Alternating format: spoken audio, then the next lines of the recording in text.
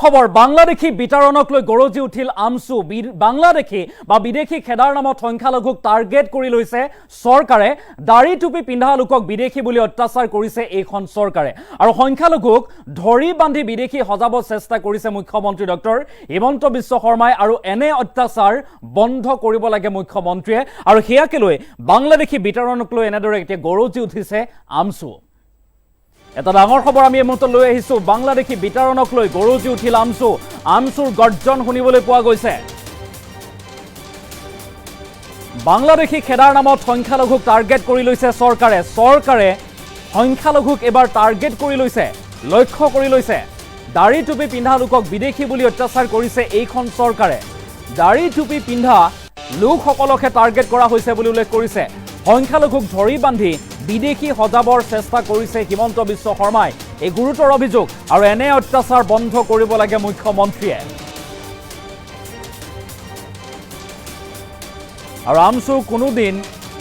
আমছু কোনোদিনে বিদেশীৰ পক্ষত নাই বুলি উল্লেখ কৰিছে আমছু নেতা ৰেজাউল কৰিম চৰকাৰ গৰজি উঠিছে আৰু সম্পূৰ্ণ নথিপত্ৰ পৰীক্ষা কৰি বাংলাদেশীক বিতৰণ কৰক সম্পূৰ্ণৰূপে নথিপত্ৰ প্ৰথমে পৰীক্ষা কৰক তাৰ পাছতেই বাংলাদেশীক বিতৰণ কৰক অসমৰ মানচিত্ৰৰ পৰা সংখ্যালঘুক নিক্ষেপ কৰাৰ চেষ্টা বিজেপিৰ ৭১ চনৰ পিছত অহা সকলো বাংলাদেশীক বিতৰণ কৰক চৰকাৰে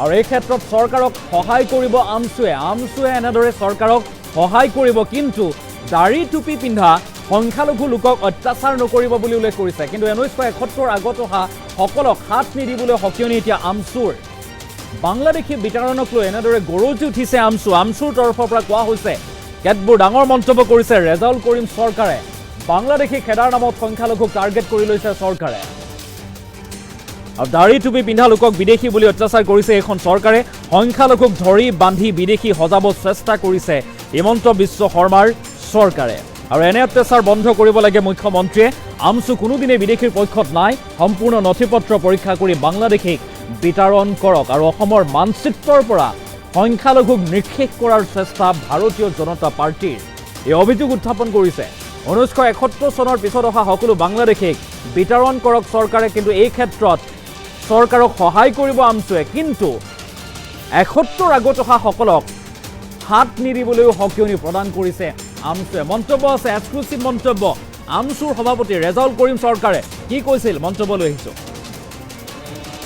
প্ৰক্ৰিয়াটো কেনেকুৱা আসলতে মুখ্যমন্ত্ৰীটোৰ জবাব দিব লাগে এইটো মানুহটো গৰু ছাগলী নহয় যে গৰু ছাগলী এইবিলাক যে ধৰি বান্ধি য'ত যেনে তেনে বিদেশী বুলি সন্দেহ কৰি তেওঁলোকক থানাত ভৰাই দিব ক'ত বা লৈ যাব ক'ব নোৱাৰিব গতিকে সম্পূৰ্ণভাৱে চৰকাৰে এটা প্ৰি প্লেন কৰি গৃহ বিভাগে এটা নোটিছ জাৰি কৰিছে সেই নোটিছৰ আধাৰত আজি মুখ্যমন্ত্ৰীয়ে একপক্ষীয়ভাৱে তেওঁৰ ভোট বেংক সুৰক্ষিত কৰিবৰ কাৰণে তেওঁ কাৰোবাক সন্তুষ্ট কৰিবৰ কাৰণে ধৰ্মীয় আৰু ভাষিক সংখ্যালঘুসকলক টাৰ্গেট কৰিছে মুখ্যমন্ত্ৰীয়ে ভালকে জানে যে অসমত এনআৰচি হৈছে অসমত এনআৰচিত এতিয়া ১৯ লাখ মানুহৰ নাম বাদ পৰিছে আবেদন কৰিছে বহু মানুহ এনআৰচিত আবেদন কৰিব পৰা সুবিধা পোৱা নাছিলে তাৰোপৰি অসমত কাট অফ ইয়াত 1971 মাৰ্চ কৰা হৈছে অসম চুক্তি কৰা হৈছে ইয়াত গতিকে বিদেশী চিনাক্তকৰণ প্ৰক্ৰিয়াটো ভাৰতবৰ্ষৰ বিভিন্ন ৰাজ্যত বেলেগ অসমৰ কাৰণে কিন্তু বেলেগ কাৰণ ইয়াত ফৰেনাৰ্ছ ট্ৰিবিউনেলছ আছে বিদেশী ন্যায়াধিকৰণ আছে ইয়াত বিচাৰ প্ৰক্ৰিয়া আছে এই কথাখিনি মুখ্যমন্ত্ৰীয়ে জানে কিন্তু এই সকলোখিনি কথা জনাৰ পিছতো কিহৰ ভিত্তিত মুখ্যমন্ত্ৰীয়ে কৰবাত কাম কৰিব গৈছে কৰবাত মানুহে ডিভোটৰ নামত কেছ চলি আছে কিছুমান মানুহ ইণ্ডিয়ান ডিক্লেয়াৰ হৈছে সেই সকলো মানুহক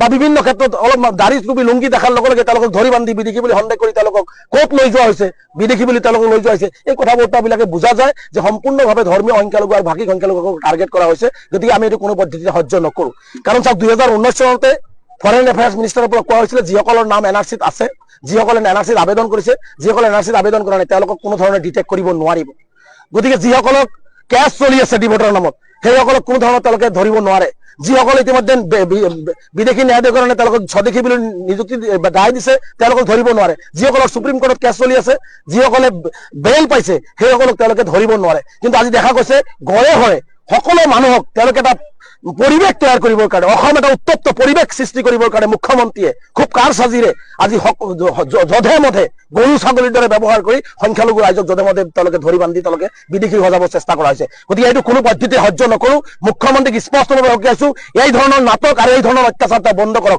অন্যথা অসমৰ পৰিস্থিতি কিন্তু ভয়াৱহ হ'ব কাৰণ আমি কোনো বিদেশীৰ পক্ষত নাই মই স্পষ্টভাৱে আপোনালোকক কৈছোঁ যদি বাংলাদেশী আছে বাংলাদেশ চৰকাৰৰ লগত প্ৰত্যাৱৰ্তন চুক্তি কৰক ভালকে তেওঁলোকৰ কাগজ পাতি তন্ন তন্নকে চাওক চাই পেলাই তেওঁলোকক বাংলাদেশলৈ প্ৰেৰণ কৰক।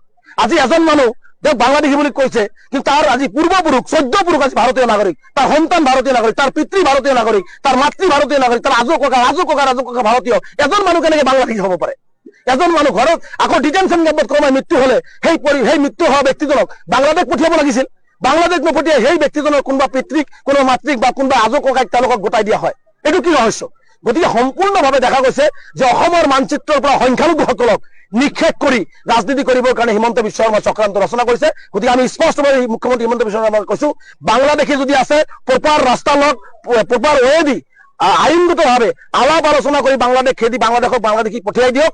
71 চনৰ পিছত যিসকল আছে, মই স্পষ্ট কৈছো, যদি কোনো মুছলমান 71 চনৰ পিছত আছে তেওঁলোকক পঠিয়াই দিয়ক, আমচি সহযোগিতা কৰিব। কিন্তু 71ৰ আগৰ কোনো ভাৰতীয় নাগৰিকৰ নথিপত্ৰ থাকিলে তাৰ গাত হাত দিলে কিন্তু পৰিণাম ভয়াৱহ হ'ব। এইটো স্পষ্টকে কৈছো। আৰু এটা কথা স্পষ্টকে আজি ক'ব বিচাৰিছো, কংগ্ৰেছ আৰু ইউডিএফৰ প্ৰায় 25ৰ পৰা 30 জন বিধায়ক আছে। হিমন্ত বিশ্ব শৰ্মা ডাঙৰীয়াই যি ধৰণে অন্যায় অত্যাচাৰ কৰি প্ৰকৃত ভাৰতীয় নাগৰিকক বাংলাদেশী সজাই যি ধৰণে তেওঁ অত্যাচাৰ কৰি আছে, এই অত্যাচাৰৰ জবাব যদি তেওঁলোকে সন্মুখৰ পৰা আহি নিদিয়ে, অহা ৰবিবাৰে গুৱাহাটীত আমি নাগৰিক অভিৱৰ্তন আয়োজন কৰিছো। নাগৰিক অভিৱৰ্তনৰ পিছতো কিন্তু সংখ্যালঘু বিধায়কসকলকো কিন্তু উচিত প্ৰত্যুত্তৰ দিবৰ কাৰণে আমচে কোনো ধৰণৰ কুণ্ঠাবোধ নকৰে। চিনাক্তকৰণ প্ৰক্ৰিয়াটো কেনেকুৱা? আচলতে মুখ্যমন্ত্ৰীটোৰ জবাব দিব লাগে। এইটো মানুহটো গৰু ছাগলী নহয় যে গৰু ছাগলী এইবিলাক যে ধৰি বান্ধি য'ত যেনে তেনে বিদেশী বুলি সন্দেহ কৰি তেওঁলোকক থানাত ভৰাই দিব, ক'ত বা লৈ যাব ক'ব নোৱাৰিব। গতিকে সম্পূৰ্ণভাৱে চৰকাৰে এটা প্ৰি প্লেন কৰি গৃহ বিভাগে এটা নোটিছ জাৰি কৰিছে। সেই নোটিছৰ আধাৰত আজি মুখ্যমন্ত্ৰীয়ে একপক্ষীয়ভাৱে তেওঁৰ ভোট বেংক সুৰক্ষিত কৰিবৰ কাৰণে, তেওঁ কাৰোবাক সন্তুষ্ট কৰিবৰ কাৰণে ধৰ্মীয় আৰু ভাষিক সংখ্যালঘুসকলক টাৰ্গেট কৰিছে। মুখ্যমন্ত্ৰীয়ে ভালকে জানে যে অসমত NRC হৈছে, অসমত NRCত এতিয়া 19 লাখ মানুহৰ নাম বাদ পৰিছে, আবেদন কৰিছে। বহু মানুহ NRCত আবেদন কৰিব পৰা সুবিধা পোৱা নাছিলে। তাৰোপৰি অসমত কাট অফ ইয়াত 1971 মাৰ্চ কৰা হৈছে, অসম চুক্তি কৰা হৈছে ইয়াত। গতিকে বিদেশী চিনাক্তকৰণ প্ৰক্ৰিয়াটো ভাৰতবৰ্ষৰ বিভিন্ন ৰাজ্যত বেলেগ, অসমৰ কাৰণে কিন্তু বেলেগ। কাৰণ ইয়াত ফৰেনাৰ্ছ ট্ৰিবিউনেলছ আছে, বিদেশী ন্যায়াধিকৰণ আছে, ইয়াত বিচাৰ প্ৰক্ৰিয়া আছে। এই কথাখিনি মুখ্যমন্ত্ৰীয়ে জানে। কিন্তু এই সকলোখিনি কথা জনাৰ পিছতো কিহৰ ভিত্তিত মুখ্যমন্ত্ৰীয়ে কৰবাত কাম কৰিব গৈছে, কৰবাত মানুহে ডি ভোটৰ নামত কেছ চলি আছে, কিছুমান মানুহ ইণ্ডিয়ান ডিক্লেয়াৰ হৈছে, সেই সকলো মানুহক বা বিভিন্ন ক্ষেত্ৰত অলপ দাড়ি টুপি লুংগি দেখাৰ লগে লগে তেওঁলোকক ধৰি বান্ধি বিদেশী বুলি সন্দেহ কৰি তেওঁলোকক ক'ত লৈ যোৱা হৈছে, বিদেশী বুলি তেওঁলোকক লৈ যোৱা হৈছে। এই কথা বাৰ্তাবিলাকে বুজা যায় যে সম্পূৰ্ণভাৱে ধৰ্মীয় সংখ্যালঘু আৰু ভাষিক সংখ্যালঘুক টাৰ্গেট কৰা হৈছে। গতিকে আমি এইটো কোনো পদ্ধতিতে সহ্য নকৰো। কাৰণ চাওক, 2019 চনতে ফৰেইন এফেয়াৰ্ছ মিনিষ্টাৰৰ পৰা কোৱা হৈছিলে যিসকলৰ নাম NRCত আছে, যিসকলে NRCত আবেদন কৰিছে, যিসকলে NRCত আবেদন কৰা নাই তেওঁলোকক কোনো ধৰণে ডিটেক্ট কৰিব নোৱাৰিব। গতিকে যিসকলক কেছ চলি আছে ডি ভোটৰ নামত, সেইসকলক কোনো ধৰণৰ তেওঁলোকে ধৰিব নোৱাৰে। যিসকলে ইতিমধ্যে বিদেশী ন্যায়াধিকৰণে তেওঁলোকক স্বদেশী বুলি নিযুক্তি দায় দিছে, তেওঁলোকক ধৰিব নোৱাৰে। যিসকলৰ সুপ্ৰিম কোৰ্টত কেছ চলি আছে, যিসকলে বেইল পাইছে, সেইসকলক তেওঁলোকে ধৰিব নোৱাৰে। কিন্তু আজি দেখা গৈছে ঘৰে ঘৰে সকলো মানুহক তেওঁলোকে এটা পৰিৱেশ তৈয়াৰ কৰিবৰ কাৰণে, অসম এটা উত্তপ্ত পৰিৱেশ সৃষ্টি কৰিবৰ কাৰণে মুখ্যমন্ত্ৰীয়ে খুব কাৰসাজিৰে আজি যধে মধে গৰু ছাগলীৰ দৰে ব্যৱহাৰ কৰি সংখ্যালঘু ৰাইজক যধে মধে তেওঁলোকে ধৰি বান্ধি তেওঁলোকে বিদেশী সজাব চেষ্টা কৰা হৈছে। গতিকে এইটো কোনো পদ্ধতিতে সহ্য নকৰো। মুখ্যমন্ত্ৰীক স্পষ্টভাৱে সকীয়াইছো, এই ধৰণৰ নাটক আৰু এই ধৰণৰ অত্যাচাৰ বন্ধ কৰক, অন্যথা অসমৰ পৰিস্থিতি কিন্তু ভয়াৱহ হ'ব। কাৰণ আমি কোনো বিদেশীৰ পক্ষত নাই। মই স্পষ্টভাৱে আপোনালোকক কৈছো, যদি বাংলাদেশী আছে বাংলাদেশ চৰকাৰৰ লগত প্ৰত্যাৱৰ্তন চুক্তি কৰক, ভালকে তেওঁলোকৰ কাগজ পাতি তন্নকে চাওক, চাই পেলাই তেওঁলোকক বাংলাদেশলৈ প্ৰেৰণ কৰক। আজি এজন মানুহ তেওঁক বাংলাদেশী বুলি কৈছে, কিন্তু তাৰ আজি পূৰ্বপুৰুষ 14 পুৰুষ আজি ভাৰতীয় নাগৰিক, তাৰ সন্তান ভাৰতীয় নাগৰিক, তাৰ পিতৃ ভাৰতীয় নাগৰিক, তাৰ মাতৃ ভাৰতীয় নাগৰিক, তাৰ আজো ককা ভাৰতীয়। এজন মানুহ কেনেকে বাংলাদেশী হ'ব পাৰে?